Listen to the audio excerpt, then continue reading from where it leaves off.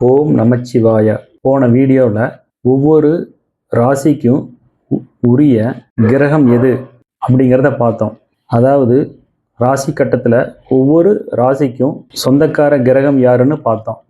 இப்போ அது எப்படி ஜோதிடர்களுக்கு பயன்படுது அப்படிங்கிறத இப்போ தெரிஞ்சுக்கலாம். இந்த விஷயம்தான் ஜோதிடத்தினுடைய மிக மிக அடிப்படையான விஷயம். இதை நீங்கள் புரிஞ்சிட்டீங்க அப்படின்னா நாளைக்கே உங்கள் ஜாதகத்தை எடுத்து ஒவ்வொரு வீட்டுக்கு அதிபதி யார் அப்படிங்கிறத தெரிஞ்சுக்கலாம். இந்த சந்தர்ப்பத்தில் உங்களுக்கு ஒரு விஷயத்தை நான் சொல்ல விரும்புகிறேன். என்ன அப்படின்னா, இந்த வீடியோவை பார்க்குறவங்க முதலில் அவங்க ஜாதகத்தினுடைய ராசி கட்டத்தில் இருக்கிற கிரகங்கள் எங்கே இருக்குது அப்படிங்கிறத பார்த்து வச்சுக்குங்க. முடிஞ்சதுன்னா மனப்பாடம் பண்ணி வச்சுக்கோங்க. இன்னைக்கு தேதிக்கு ராசிகளோட பேர் என்ன அப்படிங்கிறது தெரியலினாலும் தொடர்ந்து நீங்கள் இதை பார்த்துட்டு வரும்போது எளிமையாக மனசில் பதிவாயிரும். உதாரணத்துக்கு தனுசு லக்னம் எடுத்துக்குவோம். ராசி கட்டத்தில் லக்னம் அப்படிங்கிறத ஒரு வீட்டில் அல்லது ஒரு ராசியினுடைய மூளையில் லா அப்படின்னு எழுதியிருப்பாங்க, அல்லது லக் அப்படின்னு எழுதியிருப்பாங்க. எழுதி கிராஸாக ஒரு கோடு போட்டிருப்பாங்க. அந்த விதத்தில் இங்கே 1 அப்படிங்கிறது தனுசு ராசி. இந்த இடத்துல லக்னம் அமைஞ்சிருக்கு. எல்லாருடைய ஜாதகத்திலையும் இப்படியே இருக்கும் அப்படின்னு சொல்ல முடியாது.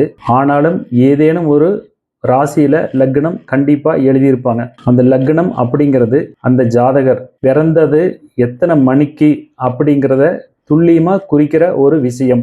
ஒரு நாளைக்கு 24 மணி நேரம். அந்த 24 மணி நேரத்தை 12 ராசிகளுக்கு பிரித்து கொடுக்கும் பொழுது தோராயமாக ஒவ்வொரு ராசிக்கும் 2 மணி நேரம் வரும்.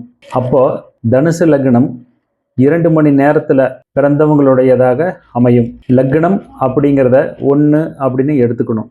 அது போலவே கிளாக் வைஸில் மகரம் 2வது வீடு, கும்பம் 3வது வீடு, மீனம் 4வது வீடு, இது போலவே 12 வீடுகளையும் நம்ம ராசியை கொண்டு கணக்கில் எடுத்துக்கணும்.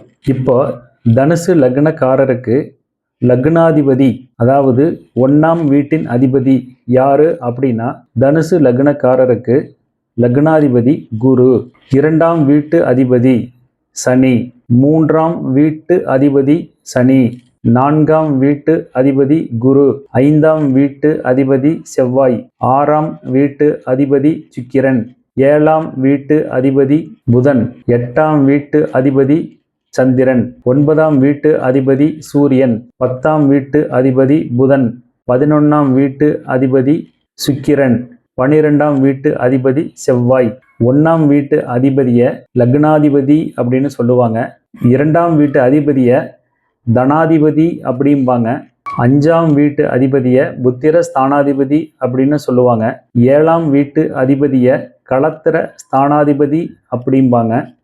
8ஆம் வீட்டு அதிபதியை அஷ்டமாதிபதி அல்லது அட்டமாதிபதி அப்படின்னு சொல்லுவாங்க. 9ஆம் வீட்டு அதிபதியை பாக்யாதிபதி அப்படின்னு சொல்லுவாங்க. 10ஆம் வீட்டு அதிபதியை தொழில் ஸ்தானாதிபதி அப்படின்னு சொல்லுவாங்க. 11ஆம் வீட்டு அதிபதியை லாபாதிபதி அப்படின்னு சொல்லுவாங்க. 12ஆம் வீட்டு அதிபதியை விரையாதிபதி அப்படின்னு சொல்லுவாங்க. தனுசு லக்ன ஜாதகருக்கு தொழில் நல்லா நடக்குமா அப்படின்னு கேட்குறாருன்னு வச்சுக்குவோம். ஜோதிடர் உடனே 10ஆம் வீட்டு அதிபதி, அதாவது தனுசு லக்னம் 1 அப்படிங்கிற விதத்தில் எண்ணி 10 அப்படிங்கிறது எங்கே வருது? கன்னியை குறிக்குது. கன்னி வீட்டினுடைய அதிபதி புதன். அந்த புதன் கிரகம் எந்த வீட்டில் இருக்கு அப்படின்னு பார்ப்பார். இப்போ இந்த ஸ்க்ரீனில் தெரிகிற இதே கிரக அமைப்பு யாருக்கும் எப்பவுமே இருக்காது.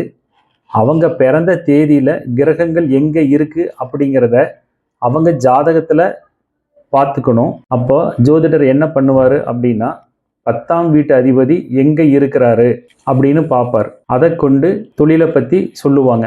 10ஆம் வீட்டில் இருக்கிற கிரகத்தினுடைய திசையிலேயோ புத்தியிலேயோ அந்த தொழில் சிறப்பாக நடைபெறும் அப்படின்னு சொல்லுவாங்க. இது வெறும் அடிப்படை தான். இதை மட்டும் வச்சு ஒரு முடிவுக்கு வர முடியாது. இப்போதைக்கு இதை மட்டும் நீங்கள் புரிஞ்சுக்குங்க. எலாபரேட்டாக பின்னாடி வர்ற வீடியோவில் பார்ப்போம். திருச்சிற்றம்பலம்.